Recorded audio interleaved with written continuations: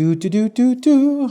By no means, binomial, Hi, James from EngVid. Today's lesson is going to be on expressions. Well, I want to do something on expressions. And it's rather interesting that these expressions are different.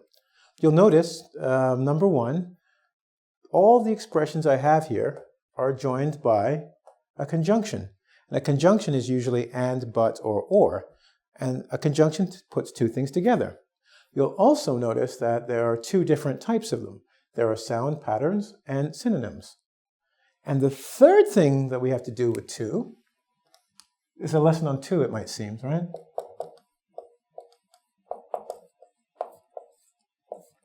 These patterns are sometimes called binomials. And you're probably going, by what? I don't blame you. But to make it easy, remember I've been speaking about two? Bi means two in English. Bicycle, right? Bifocals. Nomial just means name. Name, right? So name, or I should say word. So basically a binomial is two words. And what we're going to work on today is, well, expressions with two words.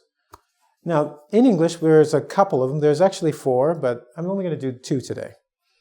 We have one, the first one I'm going to work on are sound patterns. Sound patterns means when you say it, they kind of sound similar. Odds and ends, prim and proper, wine and dine, part and parcel.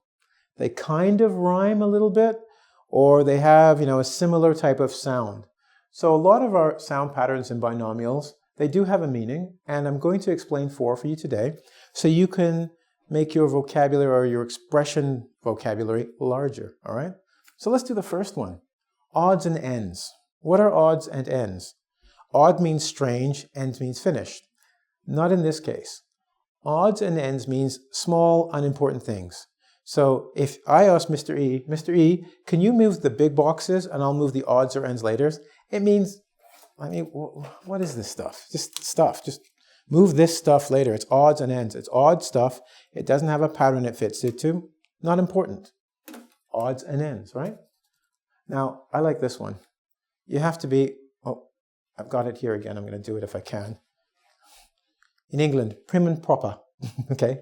Prim and proper. It means fancy and fussy. Fancy and fussy. Fancy as in, the British like to speak like this.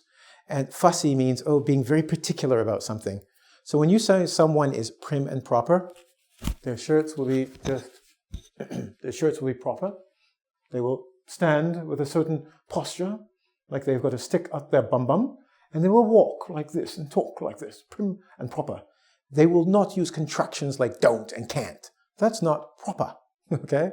So if someone says you need to be prim and proper, they mean you need to be somewhat serious and, do not use those contractions and act properly, right? Prim and proper.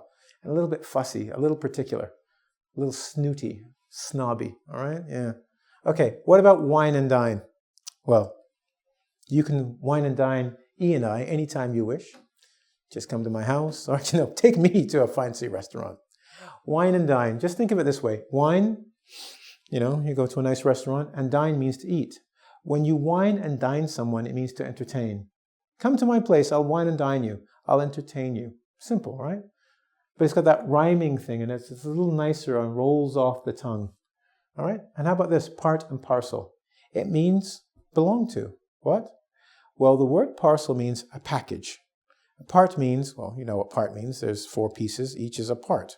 So it's part of a package. Let's do this, okay? So part of a package. So here's a parcel. I'm not exactly the best drawer, right? It's a box. You get a parcel in the mail, yeah? Well, this is a part of that. So when you say part and parcel, it means it belongs to that. Cool enough, yeah? Just like wine and dine, you can think wine, and then a plate of food. They don't pay me for art here, people, when someone's wining and dining you. Prim and proper, I'm just going to draw a butt. No, I won't. I was going to draw a bum and say this. No. Snooty, let's just put a nose. And the nose is high in the air, okay? So, yeah, snooty. And odds and ends, like a pen, a ruler, a knife. Oh, let's put an axe. These are odd things together, odds and ends, right? But they go together. Crazy. So this is when we talk about sound patterns. When you look for the sound pattern, look for a kind of a little bit of a a rhyme, okay? A little rhyming or similar, P and P, wine, dine, rhyme, PP, par, DD. Cool? All right. So that's the first part of our expressions we're doing, okay, that are binomials. What about the other ones? Well, this is interesting. In English, we tend to tell people not to put words together that are too much the same because it becomes repetitive. But this is the exception, and you get to get away with it when we do binomials with synonyms. It's to actually enhance it or make it stronger, right? A little bit stronger. So, R and R. Well, R stands for rest. Okay, rest, EST, and then recreation. Sorry, this is really bad, but forgive me. Forgive me. English gods. And recreation. Okay? Recreation means, to do things. When you have recreation, it's things you do to relax, like play baseball or play soccer. That's recreation. Watching TV. Recreational sports, Now, R and R means to relax. So when you say, I need R and R, I need some rest and recreation. Something, I need to rest, sleep, and do something fun. But you notice it's a synonym. Rest and recreation, relax, similar. But we want to make it stronger. I don't want to just rest. I want to have fun and rest. What about law and order? Well, order is a certain way things are done. Law, you better do them that way, right? So we're going to draw a little badge here. Okay, I'm not the best badge in the way. NYPD. NYPD, the police. Oh, it's the police!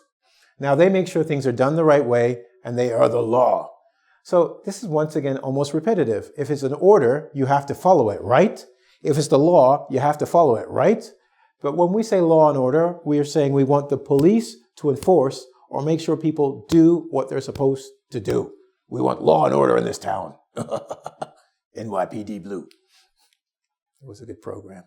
Okay, here's another one, a little bit repetitive again, much like this conversation. I feel like I'm saying it again and again, but it's just to help you understand. First and foremost. Well, first means, trophy. Okay, FIFA World Cup, yay, you came first. Foremost means to come first. Foremost in my mind, priority. Our priority means like number one. So when we say first and foremost, we mean important. Duh. If it's first and it's first in my mind, it's probably important. So first and foremost means first or importantly. You'll hear people say speeches. First and foremost, I'd like to thank all of you for coming this evening. Thank you. It's an important thing to do. Thanks for coming to EngVid. Anyway, leaps and bounds. Ever seen a frog? You're not going to see one today because I'm a terrible drawer. Look, the guy here is going, don't do it, don't do it. They didn't do anything bad. But here's my frog, okay? Here's the frog legs, here's the frog head, here's the other frog legs, and ribbit, there, ribbit. There, ribbit, I said it.